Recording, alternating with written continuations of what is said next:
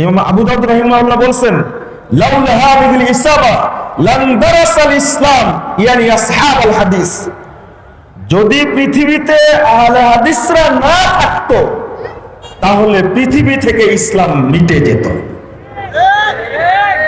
বেদাতীরা বেদাতকে প্রতিষ্ঠা করার জন্য সংগ্রাম চালায়, আলহামদুলিল্লাহ আহলে হাদিসগণ সুন্নাতকে, দ্বীনকে, কুরআন এবং সুন্নাহকে প্রতিষ্ঠা করার জন্য সংগ্রাম করে।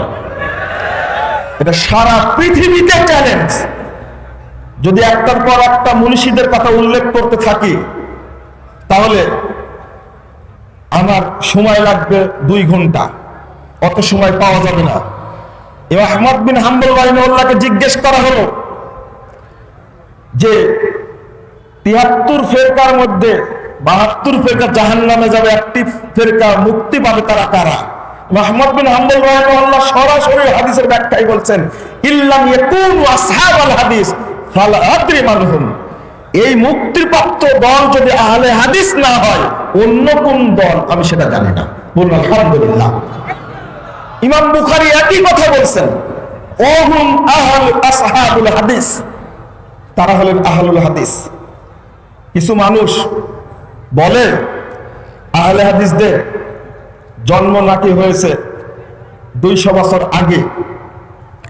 আমার এটা বিষয় না, কিন্তু একটা কথা আপনাদের মাঝে পেশ করা উচিত এবং খুব জরুরি। ওই উক্তিটা অনেকেই জানে না। 429 হিজরিতে, কত হিজরি বললাম? 429 হিজরিতে আব্দুল কাহের বাগদাদি উসুলুদ্দিন 317 পৃষ্ঠায় আলোচনা করতে গিয়ে তিনি বলছেন, সগুরু রোম ওয়াল জাজিরা অসগুরু শাম ও আজারবাইজান। তিনি বলছেন রোম সীমান্ত, আলজেরিয়া সীমান্ত, অসগুরু শাম ও আজারবাইজান এবং সিরিয়া সীমান্ত এবং আজারবাইজান, অসগুরু ও বাবিল আবওয়া, এবং বাবিল আবওয়া বলতে বোঝায় সমুদ্র উপকূলবর্তী অর্থাৎ মধ্য তুর্কিস্তানের যাবতীয় এলাকা, কুল্লুহুম আলা মাযহাবে আহলিল হাদিস মিন আহলিস সুন্নাহ। এই সমস্ত এলাকার সব মানুষই আহলে হাদিস আকীদার উপরে ছিল। বলো আলহামদুলিল্লাহ। 429 হিজরির রিপোর্ট পেশ করছেন মুসলিম ভূপর্যটক উসুলুদ্দিন, খুলে দেখো। এই কথা বলে কোন লজ্জায়? আমি তার আগের কথা, এটা জানেন আপনারা, আগের কথা। তারপরে বলছে ওয়াকাযালিকা সুবুরু ইফরিকিয়া ওয়ান্দালুস ওয়া কুল্লু সিগারি ওয়ারাই বাহরিল মাগরিব আহলুহু মিন আসহাবিল হাদিস ওয়াকাযালিকা সুবুরুল ইয়ামান আলা সাহিলিল জানজ। তিনি বলছেন ঠিক আফ্রিকা, স্পেন এবং সমুদ্রের উপকূলবর্তী সমস্ত এলাকার মানুষ আহলুহু মিন আসহাবিল হাদিস, সবাই আহলে হাদিস আকীদার অনুসারী ছিলেন। ওয়া কাযালিকা সুবুল ইয়ামান, অনুরূপভাবে ইয়ামান সহ আশেপাশের অঞ্চলের সমস্ত মানুষ ছিলেন আহলে হাদিস আকীদার। মুসলিম ভূপর্যটক তিনি তথ্য উপস্থাপন করে এইভাবে বলছেন, তা আপনি না দেখে, আচ্ছা একটা দেশের সব মানুষ কি মুহাদ্দিস? এরা বলবে আহলে হাদিস বলতে আহলে হাদিস নাহলে মুহাদ্দিসগণ। আচ্ছা ইয়ামানের সব মানুষ কি মুহাদ্দিস?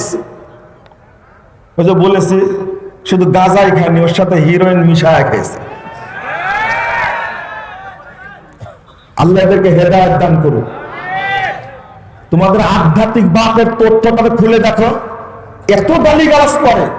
সার্থক একটা বললেন, ভারত গুরু শাহুল্লাহ মুহাদ্দিস দেহলভী হুজ্জাতুল্লাহিল বালিগা খুললেই তো পাওয়া যায় তিনি কি ভাষা উল্লেখ করেছেন। তার জন্ম হলো 1763 খ্রিস্টাব্দে। আজ কত সাল চলছে? ভ্রান্তির বেড়াজালের মধ্যে তিনি একবার সিরিয়াল উল্লেখ করা আছে, একবার রাসূল সাল্লাল্লাহু আলাইহি ওয়াসাল্লামের যুগ থেকে নিয়ে আজকের যুগ পর্যন্ত যুগে যুগে আহলে হাদিসরা ছিল, এখনো আছে, কিয়ামত পর্যন্ত থাকবে ইনশাআল্লাহ। এখন আপনাদের বলবো, যেটা আমরা দুই শ্রেণীতে বিভক্ত হয়েছি, কান খুলে রেখে শুনুন। একটা ইসলামের নাম নিয়ে, ধর্মের নামে আমরা বিভক্ত হয়েছি। কেউ ধর্মের নামে হয়েছি, আর কেউ রাজনীতির নামে হয়েছি, পচা রাজনীতির নামে। শোনেন, আপনারা ঠিক বলেন না, বক্তব্যটা বুঝতে হবে। আমি বুঝানোর জন্যই শুরু করেছি, ইনশাল্লাহ চেষ্টা করব। ধর্মের দিক থেকে বাংলাদেশে যে ধর্ম পালন করা হচ্ছে, এই ধর্মের কেউ পরিচয় দিয়েছে আমি চিস্তিয়া, কেউ পরিচয় দিয়েছে আমি নকশবন্দিয়া, কেউ পরিচয় দিচ্ছে আমি কাদেরিয়া, কেউ পরিচয় দিচ্ছে আমি মুজাদ্দিদিয়া, কেউ পরিচয় দিচ্ছে আমি সহরদিয়া। কথা বুঝতে পারছেন? আর কেউ আবার এই 5 তরিকার উপরে বায়াত নিচ্ছে। তাহলে এই যে ধর্মের নামে বিভক্তি, একটু আগে যাই। ধর্মের নামে বিভক্তি হয়েছে আগে 4টা দল। আপনাদের মনে রাখার জন্য বলি, ইবনে তাইমিয়া রাহিমাহুল্লাহ বলছেন, ইবনুল মুবারক রাহিমাহুল্লাহ বলছেন, ফতোয়া ইবনে তাইমিয়ার মধ্যে এসেছে, 1 খারেজি, 2 শিয়া, 3 মুরজিয়া, 4 হলো কাদারিয়া। কয়টা? 4টা। আব্দুল্লাহ ইবনে মুবারক রাহিমাহুল্লাহ বলছেন, পৃথিবীতে যত ফেরকা বের হবে সবগুলো এই 4টা দলের শাখা হবে। বলুন নাউজুবিল্লাহ। সবগুলো 4টা দলের শাখা হবে। এরপরে বের হয়েছে সুফিবাদ। কি বের হয়েছে? সুফিবাদের স্তর বেড়েছে অনেকগুলো। 6 লতিফা আছে তাদের জিকির করার। সুফিবাদ সম্পর্কে আলাদা আলোচনা আছে, শুনে নেবেন। এই সুফিবাদ গঠন হয়েছে 4টা সংস্কৃতির আলোকে। 1 গ্রিক সভ্যতা, পারসিক সভ্যতা, হিন্দু এবং ব্রাহ্মণ সভ্যতার আলোকে তৈরি হয়েছে।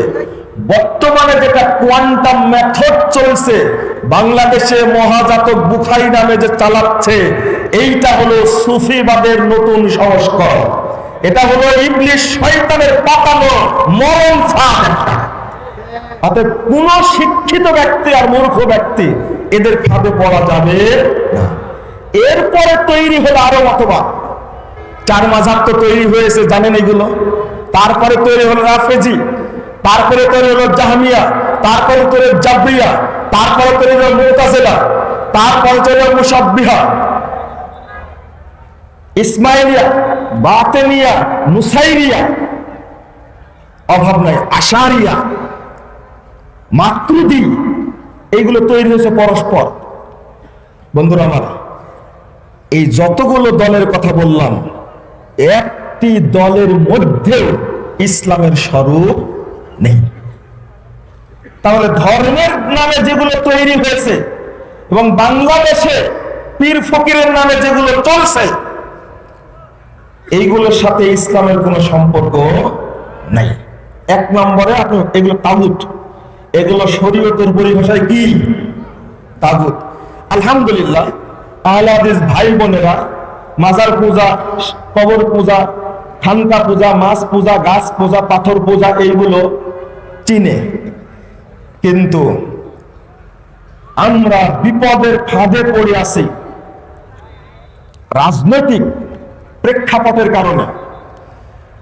আমাদের বহু শিক্ষিত ভাই, তাদের মাথায় সঠিক চিন্তা না থাকার কারণে, সঠিক চিন্তা না থাকার কারণে তাদের মধ্যে ধরা পড়ছে এই তাকুদি মনোভাবটা। আজকে ওইটা থেকে আমাদেরকে বেরিয়ে আসতে হবে। আপনি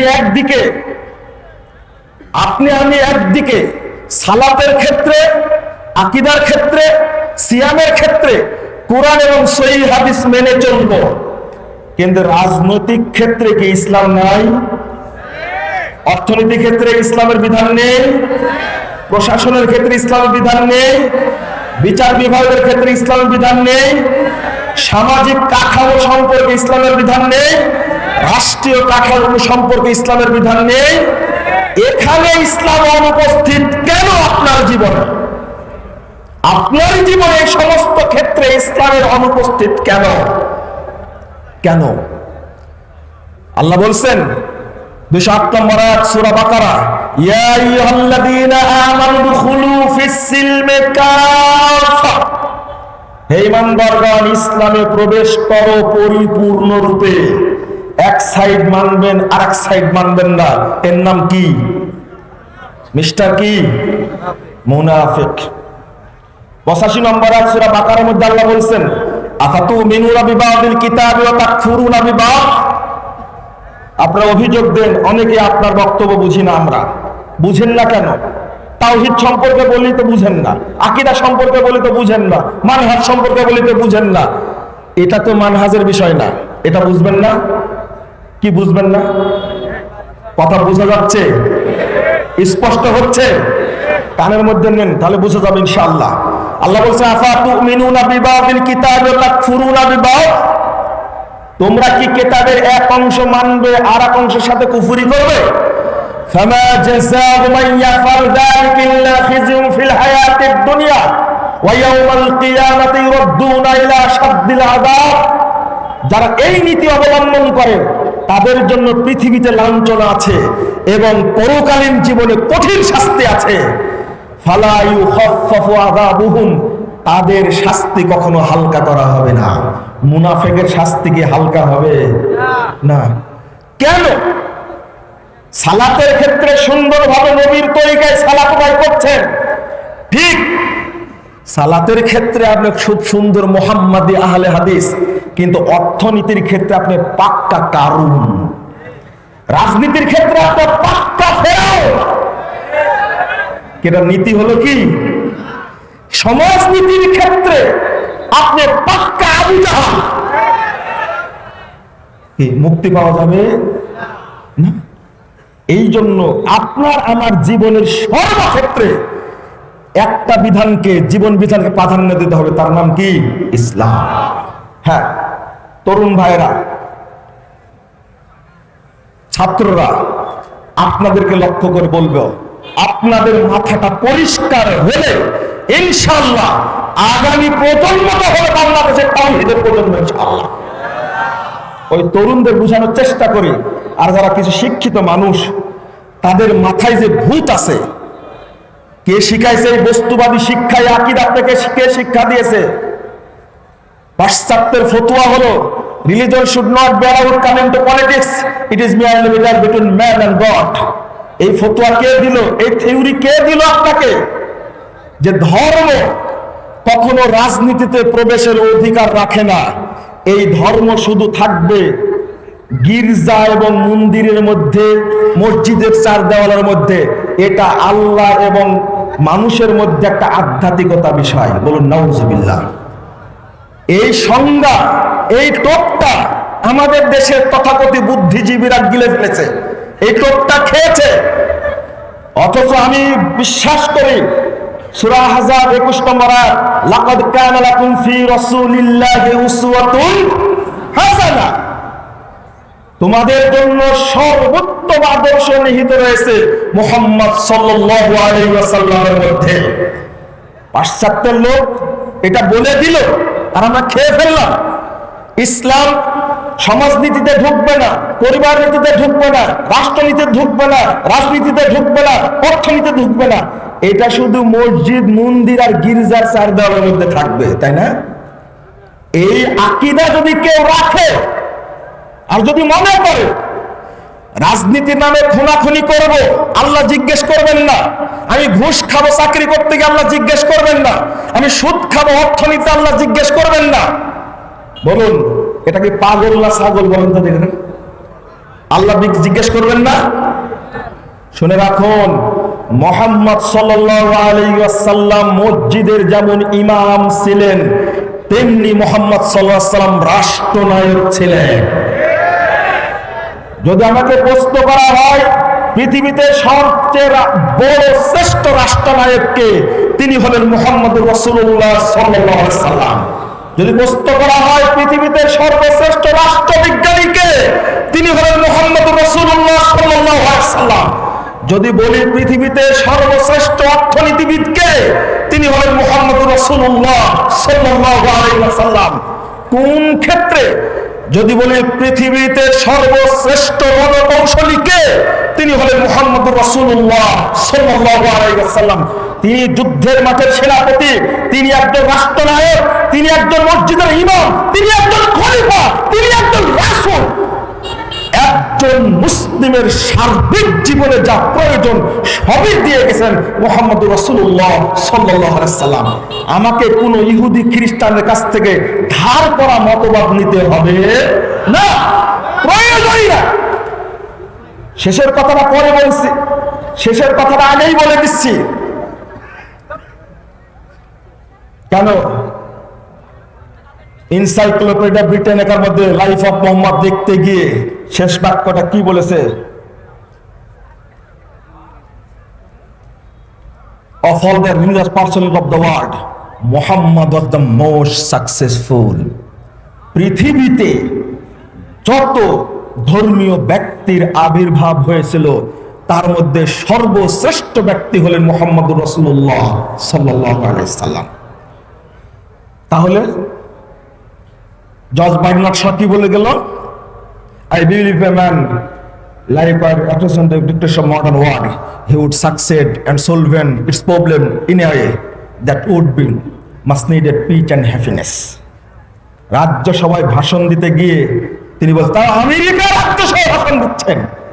জর্জ বার্নার্ড শ বলছে যে আমি বিশ্বাস করি বর্তমান যে অনাচারের যুগ, যে রক্তের হোলি খেলার যুগ চলেছে, এই যুগে মুহাম্মাদের মতো একজন ব্যক্তি যদি পৃথিবীর দায়িত্ব গ্রহণ করে, সব দুর্নীতি অনাচার দূর করে দিয়ে পৃথিবীকে সুখ এবং শান্তি দ্বারা ভরিয়ে দিতে পারতেন। কি বুঝলেন? যে বিজ্ঞানীর কথা বলো, নাম করো, যে দার্শনিকের কথা তোমরা বলো, সেই দার্শনিকের বিশ্লেষণ এটা কি পৃথিবীর কোন প্রশাসন শান্তি দিতে পেরেছে? মুহাম্মদ সাল্লাল্লাহু আলাইহি ওয়াসাল্লাম যে রাষ্ট্র প্রতিষ্ঠা করেছিলেন, যে সমাজ প্রতিষ্ঠা করেছিলেন, তারপরে পৃথিবীর কেউ এই সমাজ দিতে পেরেছে না। কেন পারেনি? এই বাস্তব সত্যটাই তো বলেছে। তো আমি কেন এই বস্তা পচা মতবাদের অনুসরণ করব? ধর্মের জানের যে মতবাদগুলো চলেছে ওকে তো বাতিল করে দিয়েছি, দেইনি? বললাম না কিছুক্ষণ আগে।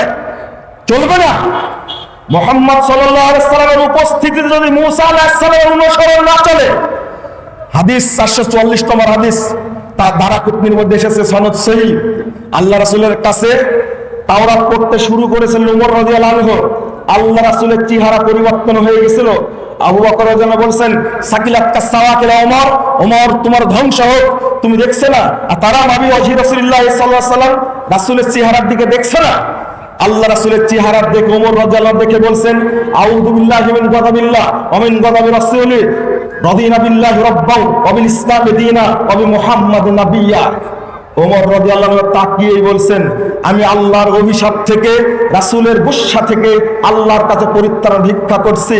আমরা আল্লাহকে রব হিসাবে পেয়ে, ইসলামকে দ্বীন হিসাবে পেয়ে, মুহাম্মদকে নবী হিসাবে পেয়ে সন্তুষ্ট হয়েছি। এরপরে আল্লাহ রাসূল গর্জে উঠে বলছেন, ওয়াল্লাযী নাফসি বিয়াদি, আল্লাহর কসম করে বলছি যার হাতে মুহাম্মাদের প্রাণ রয়েছে, রাখো তোমার তাওরাত। কিসের তাওরাত? তাওরাতের কোনো দাম নাই। লাউ বাদালাকুম মূসা ফাত্তাবাতুমুহু ওয়া তারাকতুমুনি লাউ দালালতুম আন সাওয়াইস সাবিল। শোনো, আজকে যদি মূসা আলাইহিস সালামের আগমন হয় আর তোমরা যদি তার অনুসরণ করো, আমাকে বাদ দাও, অবশ্যই তোমরা জান্নাতের পথ থেকে জাহান্নামের পথে চলে যাবে। শোনো, লাউ কানা হাইয়া, যদি মূসা আলাইহিস সালাম আজকে জীবিত থাকতেন, লাত্তাবানি, মূসা আলাইহিস সালাম তিনি নিজে আমার অনুসরণ করতেন। এই হাদিস যদি আমি মেনে নিই, মুহাম্মদ সাল্লাল্লাহু আলাইহি সাল্লামের দ্বীন সম্পর্কে যদি আমি মেনে নিই, চিন্তা করেন, মূসা আলাইহিস সালাম একজন নবী, তার অনুসরণ যদি না চলে, এ টেরা পীর ফকিরের অনুসরণ চলবে? এই বুদ্ধিটুকু নাই মাথায়, এই বুদ্ধিটুকু নাই। এই লেস কাটা মুফতির দ্বারা ধর্ম চলে। এরপরে আল্লাহ রাসূল বলছেন, ওয়াকাদ জিতুকুম বিহা বাইদাহান নাকিয়া। তাওরাত পড়ছো, তাওরাত তো বিকৃত তাওরাত, অথচ আমি যেটা নিয়ে আসছি বিধান বাইদা, দীপ্তিমান, উজ্জ্বল, নাকিয়া, স্বচ্ছ, পরিষ্কার, নিষ্কলুষ বিধান নিয়ে এসেছে। তাওরাত পড়ছো। এই হাদিস প্রমাণ করে কুরআন সুন্নাহর বাহিরে পৃথিবীতে যত বিধান আছে সমস্ত বিধান কুরআন সুন্নাহর কাছে বাতিল। তাওরাত নাজিল হয়েছে আল্লাহর পক্ষ থেকে, সেই তাওরাত যদি কুরআনের কারণে বাতিল হয়, পৃথিবীর কোন সংবিধান গ্রহণযোগ্য হতে পারে কুরআনের কাছে? এটা যদি ঈমান না আনতে পারে, ইনজিল বাতিল হয়েছে, জাবর বাতিল হয়েছে কুরআন আসার কারণে, ইহুদি খ্রিস্টানদের তৈরি কোন সংবিধান কুরআনের কাছে চলবে?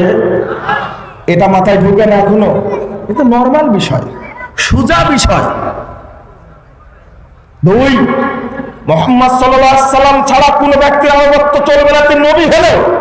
তিন, কুরআন এবং সহিহ সুন্নাহর সামনে কিসের হেদায়েত, কিসের কুদুরি, কিসের সারে বেকার, কিসের ফতোয়া আলমগিরি, কিসের দুররে মুখতার, কিসের ফাজাইল আমল, কিসের বেহেশতি যে, কিসের নিয়ামুল কুরআন, কোনটাই খাটবে না। কোরআন সুন্নাহর বিরোধী হলে সেটা তাৎক্ষণিক কি বাতিল। তো চৌকস ইহুদি খ্রিস্টানরা 190 বছর রাজনীতি করেছে বাংলাদেশে, শাসন ক্ষমতায় ছিল অস্ত্র শস্ত্র নিয়ে। বাংলাদেশের উপমহাদেশের মুসলমানদেরকে খ্রিস্টান বানাতে পেরেছে? হিন্দু বানাতে পেরেছে? এই সমস্ত নাস্তিক মার্কা সুশীল সমাজের 5 পয়সা দাম আছে?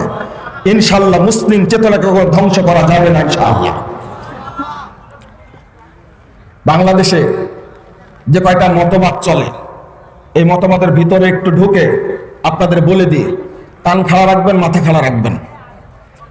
প্রথম মতবাদ যেটা চলছে বাংলাদেশে, বেশি জোরে সোরে চলছে, 1789 খ্রিস্টাব্দে প্রতিষ্ঠা, এটা যাকে বলা হয় ন্যাশনালিজম। কি বলা হয়? ন্যাশনালিজম তৈরি হয়েছে, যার অনুবাদ করা হয় জাতীয়তাবাদ। এ সবচেয়ে বুড়া মতবাদ। এটা বাংলাদেশকে কুরে কুরে খাচ্ছে। এই সমস্ত মতবাদ সব তৈরি হয়েছে ইসলামের বিরুদ্ধে। কিসের বিরুদ্ধে? কিন্তু মোল্লারা জানে না এটা, এগুলো হচ্ছে তাগুত, এটা জানে না। এটা জানা লাগবে, শিক্ষিত তরুণ ভাইদেরকে তোমাদের জানা লাগবে। 1789 খ্রিস্টাব্দে ইউরোপরা তৈরি করেছে এই মতবাদ ন্যাশনালিজম। এর 4টা উপাদান, 6টা উপাদান দেখেন, চিন্তা করেন। ভাষা, বর্ণ, অঞ্চল, গোত্র। কয়টা হলো? ভাষা, বর্ণ, গোত্র, আর একটা কি? অঞ্চল। কয়টা হলো? 1। অর্থনৈতিক ঐক্য আর শাসনতান্ত্রিক ঐক্য। কয়টা হলো? 6টা। এর মধ্যে ধর্ম আছে, আছে ধর্ম আউট। ধর্ম একে স্থান দেয়নি। বলছেন nationalism is the desire by a group of people who share the same race, culture, language, etc. to form an independent country. জাতীয়তাবাদ হচ্ছে একই ভাষা, সংস্কৃতি, জাতি, গোষ্ঠী ইত্যাদি অংশীদার একদল মানুষের একটি স্বাধীন দেশ গঠনের নাম, আকাঙ্ক্ষা। কথা কি বুঝতে পারলেন? এর মধ্যে কি ধর্ম আছে? প্রথম ধর্মকে ইগনোর করে। একটা মতবাদের উপাদান যদি ভাষা হতে পারে, বর্ণ হতে পারে, অঞ্চল হতে পারে, গোত্র হতে পারে, তো ধর্ম হলে কি দোষ ছিল? ছিল। এবার বলেন, যে মতবাদটা তৈরি হয়েছে ইসলামকে গলা কাটার জন্য, কোন মুসলমান কি সেটাকে গ্রহণ করতে পারে? সংক্ষেপে বলছি, সেকুলারিজম, ধর্মনিরপেক্ষতাবাদ। সেকুলারিজম এইটা তৈরি হয়েছে 1832 সালে। আগেরটা কত সালে বললাম, মনে আছে? আগের ধর্মটা আগের এই মতবাদটা ধর্মের কটূক্তি করেনি, কিন্তু 1789 পরে 1832 সালে সরাসরি ধর্মের উপরে আক্রমণ করেছে। সরাসরি ধর্মের উপরে আক্রমণ করেছে। কিভাবে দেখেন, দ্য অক্সফোর্ড স্টাডি ডিকশনারিতে বলছে, not involving or belonging to religion. সেকুলারিজমের সংজ্ঞায় বলছে ধর্মের সাথে সম্পর্কহীনতা, ধর্মহীনতা। বলুন নাউজুবিল্লাহ। সরাসরি ধর্মের সাথে সম্পর্ক কি ছিন্ন নাই। শুধু তাই, এনসাইক্লোপিডিয়া ব্রিটানিকা 9 নম্বর খণ্ডে 19 পৃষ্ঠা সংজ্ঞা দিয়েছে, secularism movement in society dejected away from ordinance to the ordinaries. Secularism একটা সামাজিক আন্দোলন। এটা মানুষকে পরকালীন থেকে মুখ ফিরিয়ে শুধু দুনিয়ার দিকে ডাকে।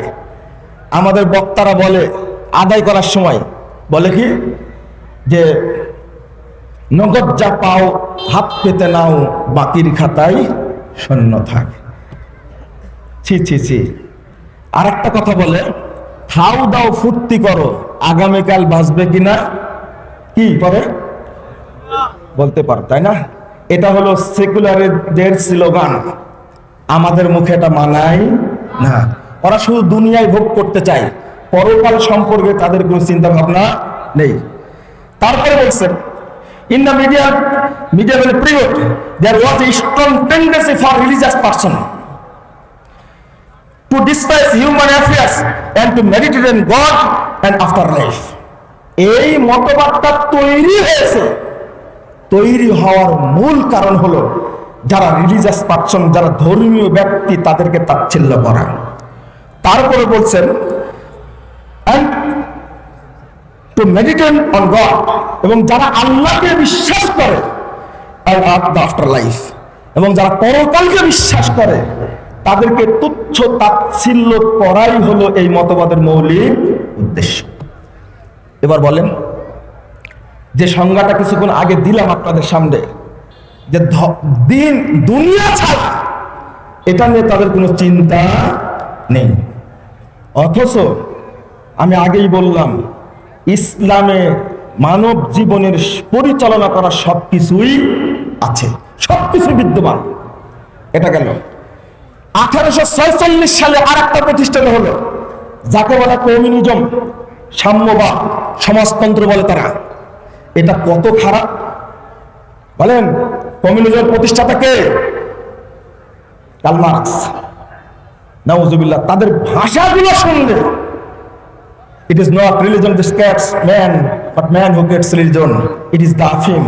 The idea of God must be destroyed. নাউজুবিল্লাহ, আস্তাগফিরুল্লাহ।